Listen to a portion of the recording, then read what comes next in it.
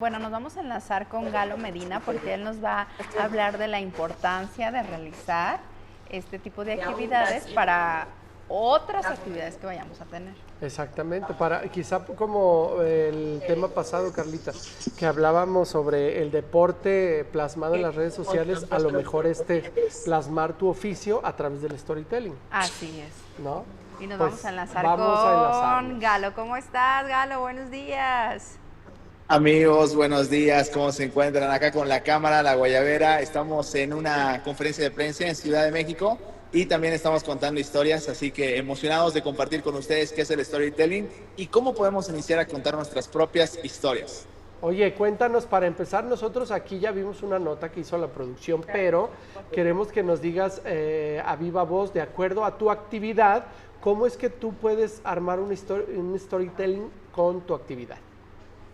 Ok, bueno, primeramente vamos a empezar por lo básico. ¿Qué es el storytelling? El storytelling es el arte de contar historias y es una de las habilidades más antiguas. Si ustedes se dan cuenta, Aristóteles, Jesús, Platón, los filósofos, los eruditos en la antigüedad contaban historias y el método que utilizaban eran las parábolas. Hoy en día nosotros vemos a un Steve Jobs, Mark Zuckerberg, Elon Musk y todas las personas, los grandes empresarios tienen la grande habilidad de convencer a través de las historias. Entonces, dicho esto, hay algo que en español nosotros llamamos el storytelling, pero este término viene del inglés. ¿Ustedes pero saben qué es el storytelling? Pues entiendo que... Estamos aprendiendo que es contar una historia a través de... Correcto. Digamos que es como organizarnos para, yo así lo entiendo, como organizarnos para aquello que vamos a llevar a cabo. Correcto, es narrar una historia. Ahora vamos a entrar un Narrando, poquito ¿no? más en profundidad. El storytelling se divide en dos. Nosotros en español, por ejemplo, tenemos lo que es... La historia de hoy es sobre... Bueno, vamos a ver este video. Bueno, va a entrar de fondo. Les comparto. En inglés nosotros tenemos dos términos. El primero que es historytelling con H, history, y el otro que tenemos es story. Pero curiosamente en español nosotros a todo le llamamos historia. Por ejemplo, a una historia de Instagram le llamamos una historia. A una historia del cine le llamamos historia. Pero en inglés el storytelling y el historytelling son dos cosas diferentes. Entonces, ¿qué es el historytelling? El historytelling con H-I, history, es algo que pasó, son hechos reales. Hay evidencia científica de que pasó. Les coloco un ejemplo. Por ejemplo, la Segunda Guerra Mundial pasó. Sí. Sí. Hubo, por ejemplo, la historia de Frida Kahlo. ¿Es real? Sí. ¿Por qué? Sí. Porque hay evidencia científica, hay hechos. Entonces, cuando hablamos de historias reales, historias basadas en hechos reales, nosotros nos referimos a eso como el historytelling, con H, historytelling. Ahora, ahí les va el otro que se llama storytelling, sin H, solo con S, storytelling.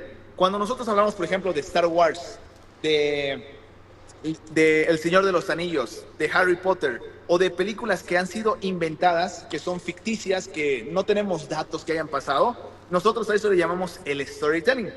Entonces, amigos, cuando ustedes ahora vayan al cine, cuando ustedes ahora miren una película, tienen que catalogarlo de dos maneras.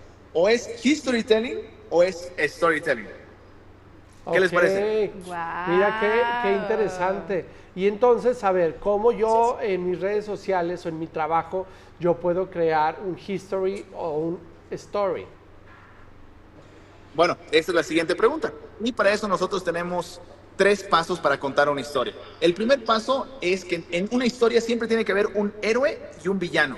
Siempre. Si ustedes miran, por ejemplo, la película Star Wars, la película de Harry Potter, El Señor de los Anillos, todas estas películas tienen un héroe que es el que atraviesa subidas y bajadas, obstáculos, tiene desafíos y también tiene pérdidas. Entonces, una historia es como una montaña rusa. Nunca puede ser una historia plana. Siempre la historia tiene que tener subidas y bajadas. Mientras más subidas y más bajadas tenga tu historia, mucho mejor. Entonces, paso 1 para contar una buena historia es siempre tener un héroe y un villano. Siempre. Y usualmente el héroe nunca muere, porque la gente trata de seguir el camino del héroe. Pero nosotros sabemos que las historias no siempre los buenos ganan. A veces el malo gana, pero Hollywood nos ha acostumbrado que siempre el héroe gana. Pero ese es el primer paso. Un héroe y un villano. Ok. Oye, entonces ya estoy entendiendo, a ver si lo plasmo como quiero.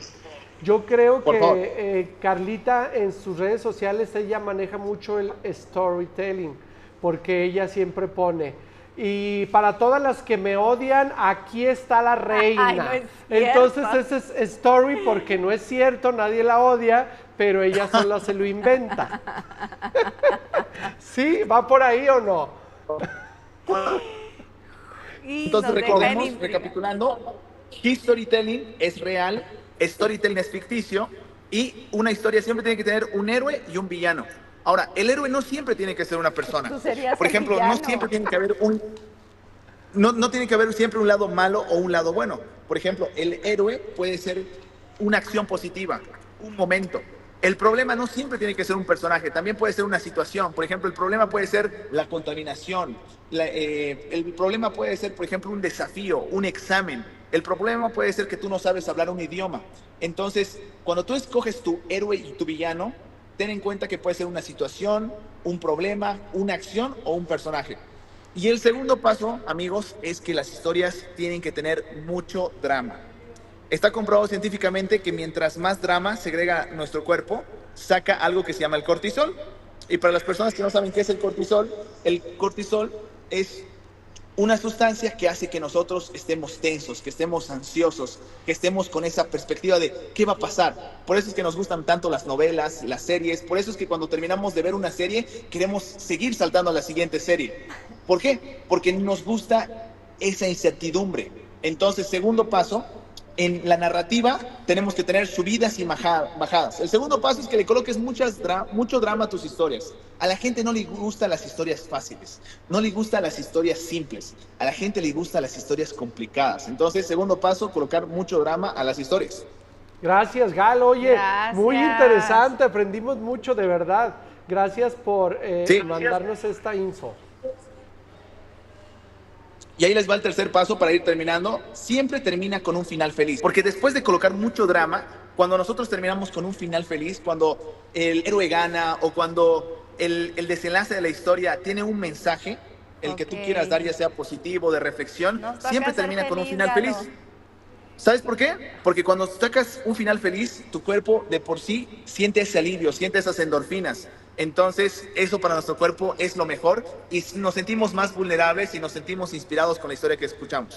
Muy Gracias, bien, Galo. muchas Se nos gracias, acabó Galo. el tiempo. Aprendimos mucho. Gracias. Buenísimo, amigos. Vamos a un corte y ¡Ánimo! regresamos. ¡Nos vemos!